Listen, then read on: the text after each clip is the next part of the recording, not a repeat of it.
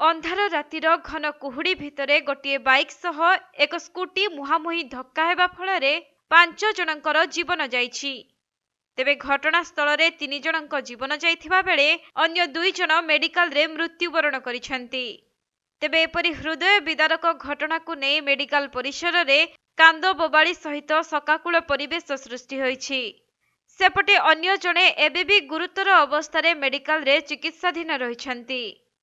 तेबे एपरि मर्मन्तुद सड़क दुर्घटना घटिछि गंजाम जिला भंजनगर केसरीपाटना गाँ निकटरे, जहाँकि गोटे स्कूटी एवं गोटे बाइक मुहांमुही धक्का हेबा फଳରେ घटनास्थल रे 3 जनकर एवं मेडिकल रे 2 जनकर मृत्यु घटिछि। आउ गुरुतर थिबा व्यक्ति जनकु ब्रह्मपुर बड़ मेडिकल को स्थानांतर करा जाइछि।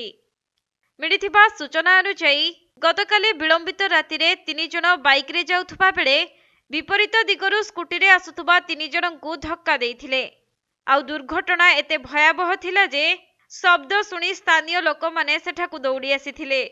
परे एनै पुलिस को खबर दिया जिबारु घटनास्थल रे सरडा पुलिस एवं अग्निशम विभाग पहुंची स्थानीय लोकंको सहायता रे समस्तंकु उद्धार करी सरडा गोष्ठी स्वास्थ्य केंद्र को नेइथिले।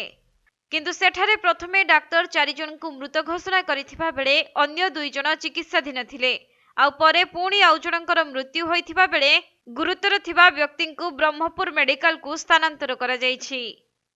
सेपटे मृतकंक मध्यरे सरडा विद्युत विभागर 2 कर्मचारी थिबा जणा पड़िछि। आमे मो गाँव मु सोरडा पटू आसुली हठात देखिली 6 जन बाइक एक्सीडेंट होगी पड़ते तो सांगे सांगे आम फायर स्टेशन आंबुलांस को कॉल कलु थाना को भी जनइलु आ समस्ते साहाय्य करके हॉस्पिटल नहीं आसिलु। क्यों स्थान लोक भावुं कि से जो 6 जन व्यक्ति से आम ए जहाँ खबर पाचु से दुलाड़ आउ सोरडार सेटा तो आम कहीपरूँ कि एति लगुच 2टा बाइक सामना सामनी धक्का स्थानीय लोक सहायता स्थानीय लोक समस्ते आसिक समस्ते सहयोग कले।